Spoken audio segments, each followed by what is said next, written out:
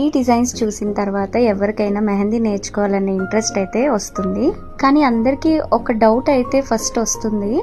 ఆ డౌట్ ఏంటంటే ఇలాంటి డిజైన్స్ అసలు క్రియేట్ చేయగలమా, లేదంటే ఎలా క్రియేట్ చేయాలి, ఎక్కడ స్టార్ట్ చేయాలి, ఎక్కడ ఎండ్ చేయాలి అనేది అందరికీ కన్ఫ్యూజ్ ఉంటుంది. ఈ డిజైన్స్ అన్ని నా స్టూడెంట్స్కి ప్రెజెంట్ జరుగుతున్న క్లాసెస్లో చెప్పిన డిజైన్స్.